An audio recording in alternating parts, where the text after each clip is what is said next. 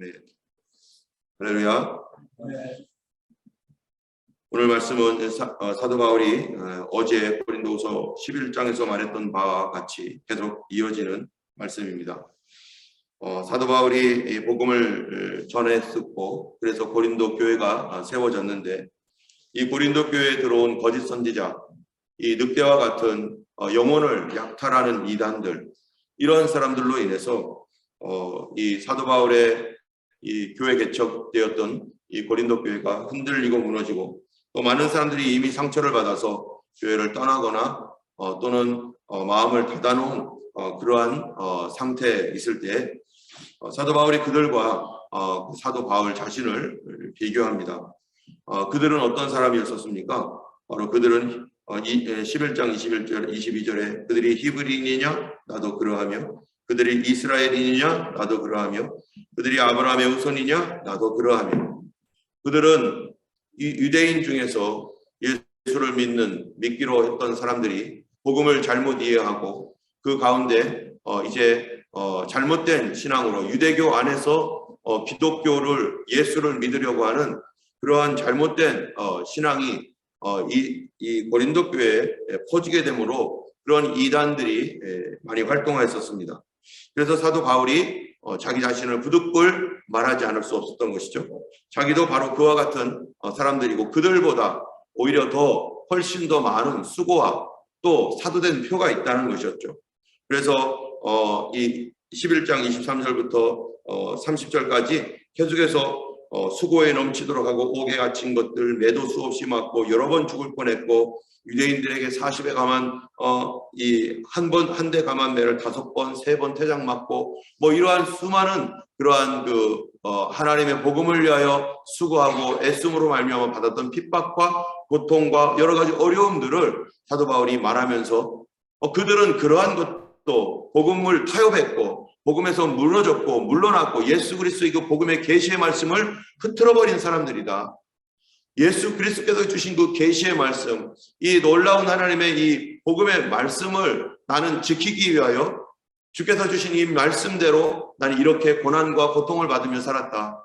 내가 만약에 돈이나 취하고 또 사람들에게 비유를 맞추면서 내 인기를 위해서 살았던 사람이라면 내가 이런 핍박 받을 필요도 없고 나는 이렇게 살아갈 필요도 없는 사람이다. 그러나 이 복음이 너무 귀하고 나에게 맡기신 이 사명이 너무 귀해서 나는 이것을 위하여 자기의 목숨까지도 바칠 각오로 이렇게 이 말씀을 지켜왔다. 바로 이것이 사도 바울의 신앙이었고, 바로 초대교회의 신앙이고, 이것이 이렇게 왔기 때문에 오늘날 우리에게도 이 믿음을 받고 이 그 복음의 메시지를 받아서 살아가는 것이고, 그 믿음으로 우리도 이 복음을 왜곡하지 않고 지켜야 되는데, 오늘날 우리는 수없이 타협하며 살아오고 있다는 것입니다. 뿐만 아니라 사도 바울이 오늘 본문 12장에서는 이제 무엇을 얘기하느냐면은 자신의 영적 체험에 대해서 얘기합니다. 자신이 어떠한 영적 체험이 있어서 도대체 그렇게 이 복음을 변질되지 않기 위해 목숨까지 버려가면서 도대체 내가 어떠한 체험이 있었는가, 그거를 얘기하는 거죠. 그것은 12장 1절에 무익하나마 내가 부득불 자랑하노니 주의 환상과 계시를 말하리라. 사도 바울은 이 복음의 메시지에 관한 지적인 놀라운 이 높은 지식이 있었죠. 구약 성경을 다 통달하는 사람입니다. 가말리엘 문화라고 하는 그 당시에 최고로 높은 학문을 배웠던 그 사람이 사도 바울입니다. 그래서 마치 검찰총장까지 될 수 있는 그러한 그 법에 아주 조예가 깊은 그러한 법조인이기도 하고, 이 사람은 가말리엘 문화였기 때문에 앞으로 교수가 되거나 아주 높은 그런 위치까지 올라갈 수 있는 그러한 사람입니다. 그런데 이 사람이 지식뿐만 아니라 영적인 하나님께서 주신 어떤 영적인 체험도 굉장히 누구보다도 깊은 사람이고 헌신된 사람이기 때문에 이 사람을 통해서 하나님께서 일하고 계시는데, 그가 받았던 환상과 계시가 도대체 뭔가? 그거는 2절에 보면은 내가 그리스도 안에 있는 한 사람을 아노니 그는 14년 전에 셋째 하늘에 이끌려간 자라. 자기라고 말하지 않고 우회해서 내가 어떤 한 사람을 안다 하면서 사실 사도 바울 자신이지만 마치 다른 사람 얘기하는 것처럼 얘기하고 있습니다. 그가 14년 전에 첫째 하늘에 이끌려간 자라. 셋째 하늘에 이끌려간 자라. 바로 하나님 나라를, 천국, 그 당시 천국이라 말할 수는 없겠죠. 바로 하나님 계신 보좌, 그곳을 보고 온 거예요. 영으로. 그런데 그 14년 전이라면 언제냐? 지금 고린도 후서를 쓰는 때가 AD 55년경입니다. AD 55년경이면 14년 전이면은 AD 41년 또는 42년 뭐 이 여간에 사도 바울이 바로 셋째 하늘에 이끌려 갔다는 거예요. 그러면은 이 AD 41년, 42년은 어떤 때인가? 사도 바울이 이제 예수를 믿은 때가 언제인지 명확하지는 않습니다.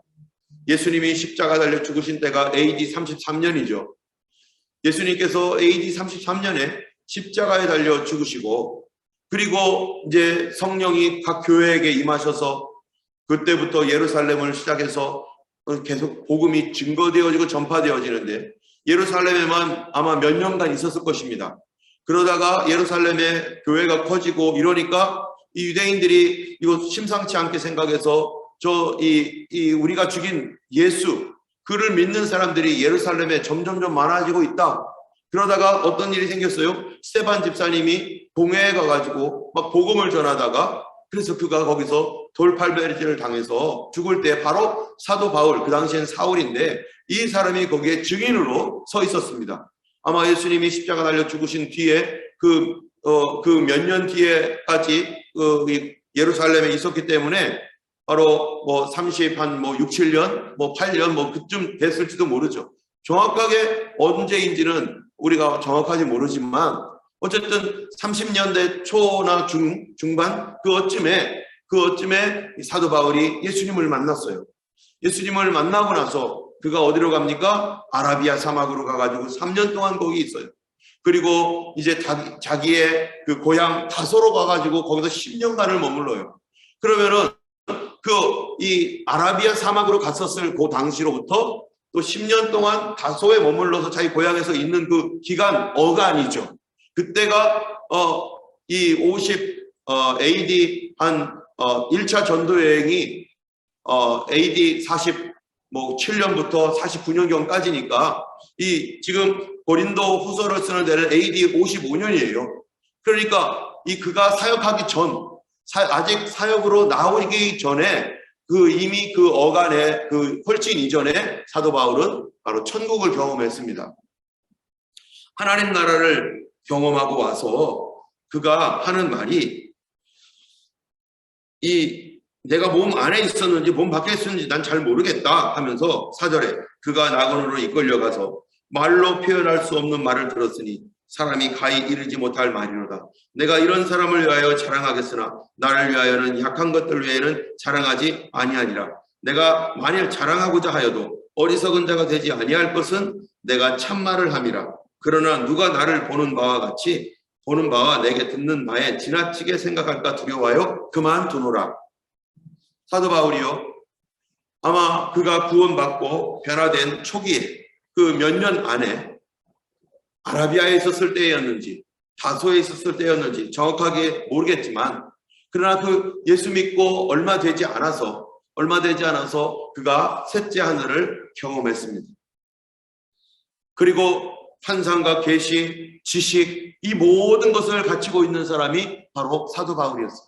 그런데 그가 그런 놀라운 천국을 보고 하나님의 많은 어떤 놀라운 영적인 체험들을 하고, 그리고 그는 충분히 이 구약 성경을 통해서 예수님이 누구인지, 그리고 예수 그리스도의 계시, 주님께로부터 받은 그런 구약 성경이 열려서 하나님 말씀이 예수님과 어떻게 연결되는지 그걸 다 알게 되었지만, 그런데 그가 그로부터도 10년이 훨씬 지난 뒤에서야 뭐 하게 된 거예요? 그때부터 사역을 시작해요. 그것도 어떻게 사역 시작합니까? 이제 내가 나갈 거야, 내가 갈 거야, 이렇게 하는 게 아니라 바로 하나님께서 사도 바울을 이제 자연스럽게 선교사로 보내도록 사울을 따로 세워라. 바울과 바나바 따로 세워라. 사울과 바나바를 따로 세워라 하면서 하나님께서 세우라고 하셔서 그때부터 세워지는 거죠. 우리가 그제도 우리가 말씀 가운데 얘기했지만 어떤 사람은요, 예수님을 믿고 나서 정말로 놀라운 체험을 합니다. 많은 경험을 갖습니다.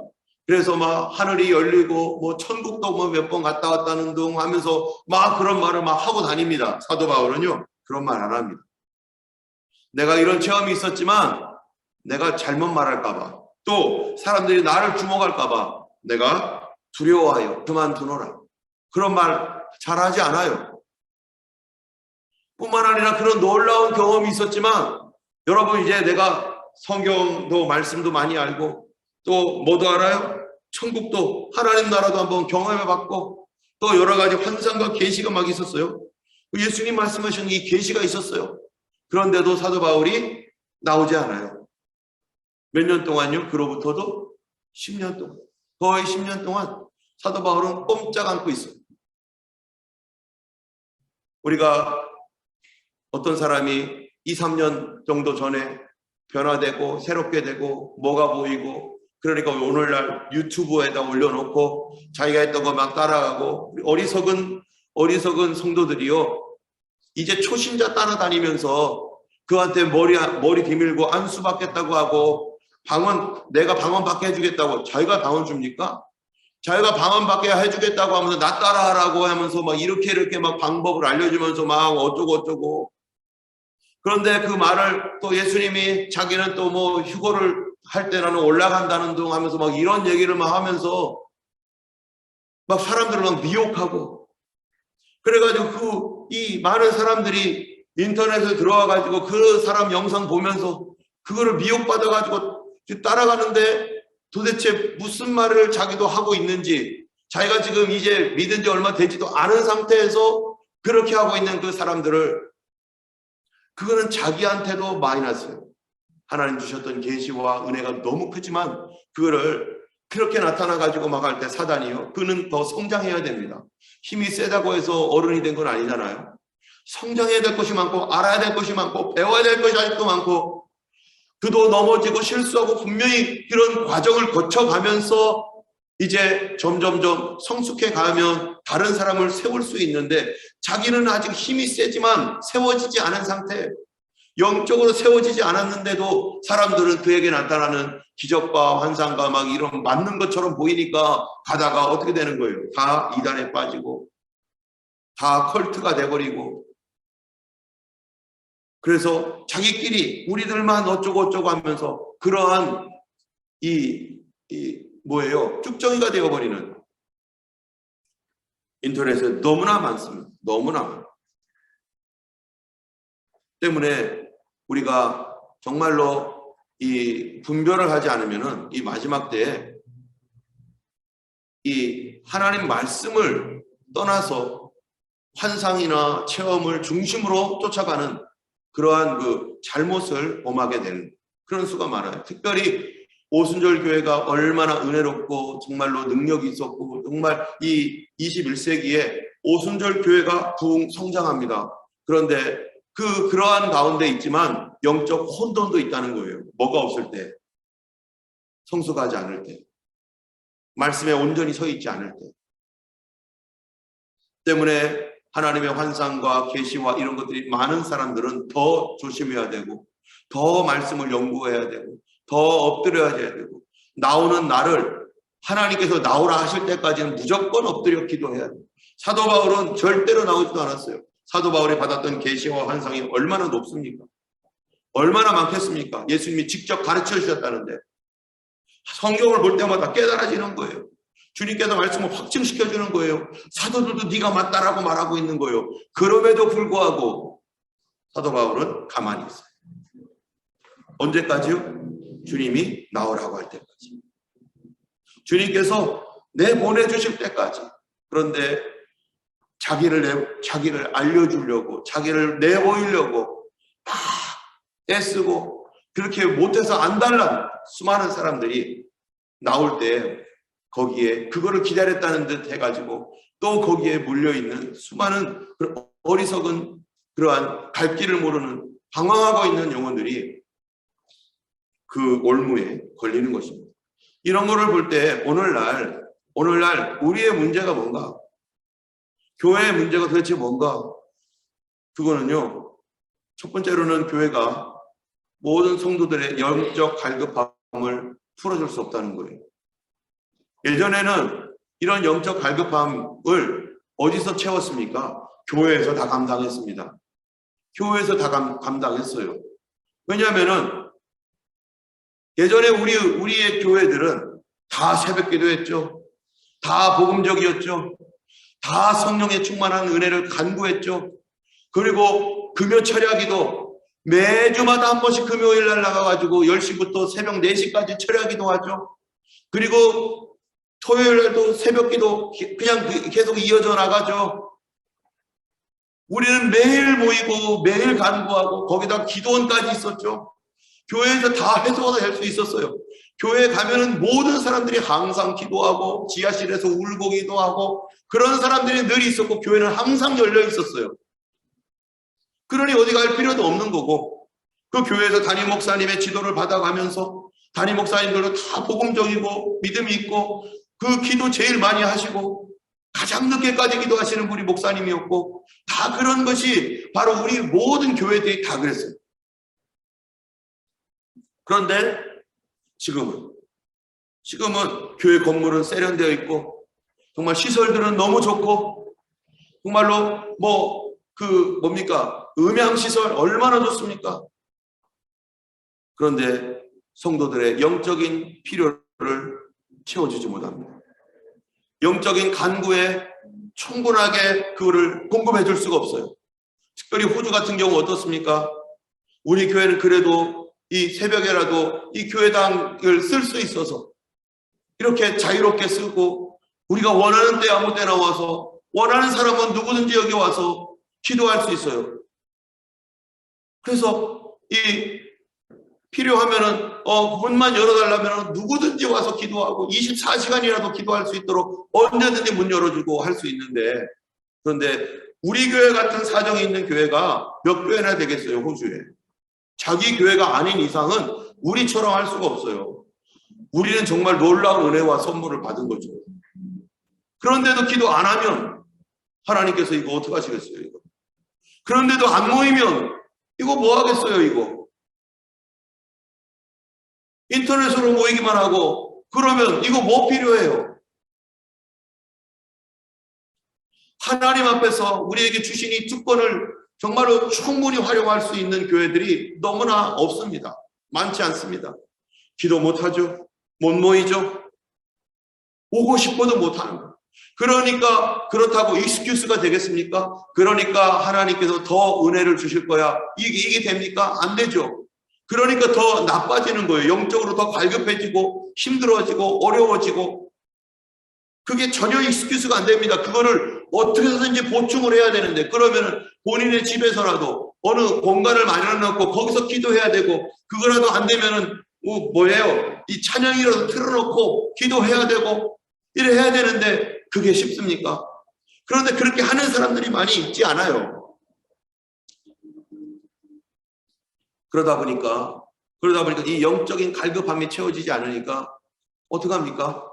누군가로부터 채워야 되니까 여기저기 가다가 바로 자기가 궁금해했던 거를 막 쏙쏙쏙 알려주는 것 같거든요. 그러니까 거기 달라붙어 가지고 거기에서 하는 기도회 가고 교회와 멀어지고 그러다가 잘못 가가지고 끊어지는. 그런데 이런 우리의 현실 속에서 한국교회나 호주에 있는 한국교회, 이 땅에 있는 교회들이 정말로 회복해야 될 것은 바로 기도입니다. 말씀입니다. 찬양입니다. 이 세 가지는 교회의 생명이에요. 성도의 생명이에요.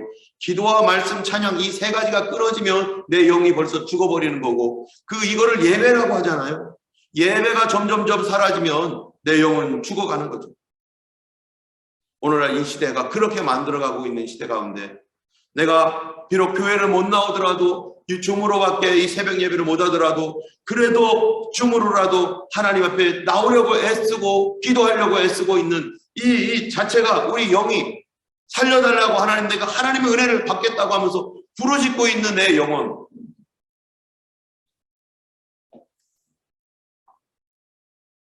그런 영혼의 우리가 집에서 할 때는 간절함이 나오지 않기 때문에 우리가 새벽에 이 30분 동안 잠깐 하는 기도일지라도요, 우리가 정신을 차려서 기도하지 않으면, 그래서 더 정신을 차려서 더 잠을 쫓아내고 더 힘써 더 간절한 마음으로 기도하지 않으면 보충되지 않는다는 겁니다. 하나도 이런 것이 익스큐즈가 되는 게 아니에요. 때문에 집에서 20분 정도밖에 못했으면 눈을 뜨고서라도 돌아다니면서라도 방언이라도 하면서 계속해서 그 하나님 앞에 기도하는 시간들을 보충해야 되고, 또 저녁에라도 보충하면서, 우리가 일상생활이 바쁘지만 그렇게 보충하지 않으면 나의 영적 갈급함과 내 심령의 그 간절한 이 간구가, 성령께서 우리를 계속해서 이 간구하라고, 기도하라고, 이 성령으로 충만하라고 그렇게 우리를 붙들을 때, 그 하나님의 성령의 그 감동을 받으려면 계속해서 우리가 종일토록이라도 눈을 뜨고서라도 기도하는 삶을 살지 않으면 안 되는 것입니다. 어쨌든 이러한 이 사도 바울의 이 많은 체험들 가운데 또 한 가지는 가시가 있었다는 거예요. 그의 환상과 계시가 너무 크기 때문에 교만하지 않도록 하기 위해서, 자고하지 않기 위해서, 자기가 하나님처럼 될까 봐 하나님께서 사도 바울을 사랑해서 그 몸에 가시, 여러분 우리 몸에 가시가 있으면요 움직일 때마다 아픕니다. 아마 사도 바울이 선교할 때마다 아픔을 느꼈을 거예요. 또 어떤 몸에 있는 어떤 질병이나 이거가 너무 아파서 하나님 앞에 3번이나 기도했습니다. 하나님, 다른 사람들도 내가 기도하면 다른 사람들이 고쳐지는데, 근데 나는 나를 고치지 못합니다. 그리고 다른 사람들이 나를 볼 때 어떻게 보겠습니까? 자기는 질병을 짊어지고 다니면서 자기도 못 고치면서 다른 사람은 고치네, 자기도 못 고치면서, 이러한 비난을 받지 않겠습니까? 하나님 이것 좀 없애주세요. 아마 뭐 그렇게 기도했을지도 모르죠. 어쨌든 3번이나 그렇게 간구했을 때 하나님께서 내 은혜가 내게 족하다. 왜 하나님의 은혜가 너에게 족한가? 그에게 족한가? 그를 뭐 하지 않게 하기 위해요? 교만하지 않게 하기 위해서. 차라리 몸에 병이 있는 것이 네가 교만해지는 것보다 낫다는 거예요. 교만이 이렇게 뭐 하는 겁니까? 무서운 겁니다. 사도 바울이 삐끗해 버리면요 복음이 삐끗해지고, 복음이 삐끗해지면 우리가 받을 메시지가 다 왜곡되는 거죠. 교만해지면은 그가 받은 환상과 계시 아무리 많아도 아무리 대단해도 그거 다 소용없는 거죠. 어떻게 됩니까? 자기 자랑이 되고 자기 높여져서 사도 바울이 교주가 돼버리는 거죠. 예수가 드러나는 게 아니라. 우리 자신도 교만해지면은 내 자신이 자꾸 드러나고 나 자랑하고 예수님 자랑하는 게 아니라 내가 드러나서 결국 그게 나를 멸망시키고 나를 그리스도께서 끊어버리는, 교만은 항상 관계를 끊습니다. 교만은 관계를 항상 끊어버려요. 하나님보다 높아지려고 할 때 관계가 끊어집니다.